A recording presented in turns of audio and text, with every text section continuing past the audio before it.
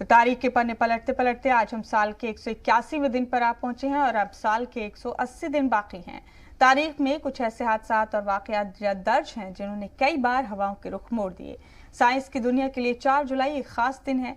साल 2012 में इसी दिन साइंसदान ने हिग्स बोसोन पार्टिकल का पता लगाने में कामयाबी का ऐलान किया था। जिनेवा में European Organization for Nuclear Research यानी सर ने साइंसदान ने दावा किया कि उन्होंने गॉड पार्टिकल यानी हिग्स बोसोन पार्टिकल के बेहद ठोस इशारे हासिल किए हैं।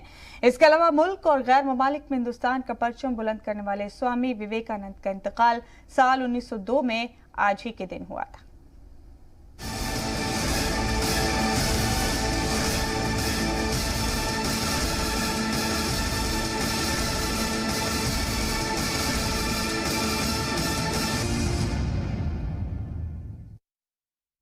और आइए अब सिलसिलेवार तरीके से आज की तारीख पर मुख्तसर नजर डालते हैं।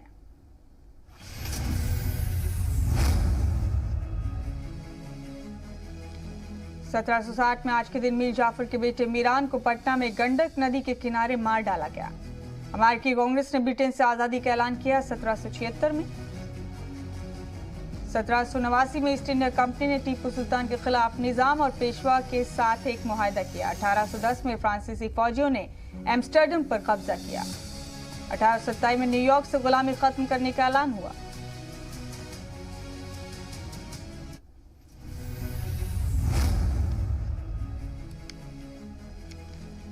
(1881) में सिलीगुड़ी और दार्जिलिंग के बीच छोटी पटरी पर टॉय ट्रेन चलाई गई।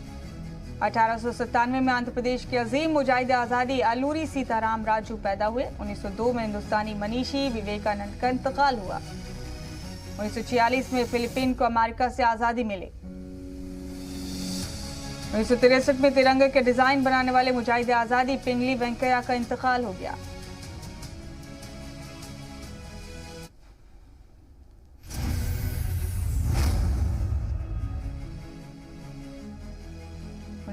में सुनील गावस्कर ने 115वां क्रिकेट टेस्ट मैच खेलकर नया रिकॉर्ड बनाया।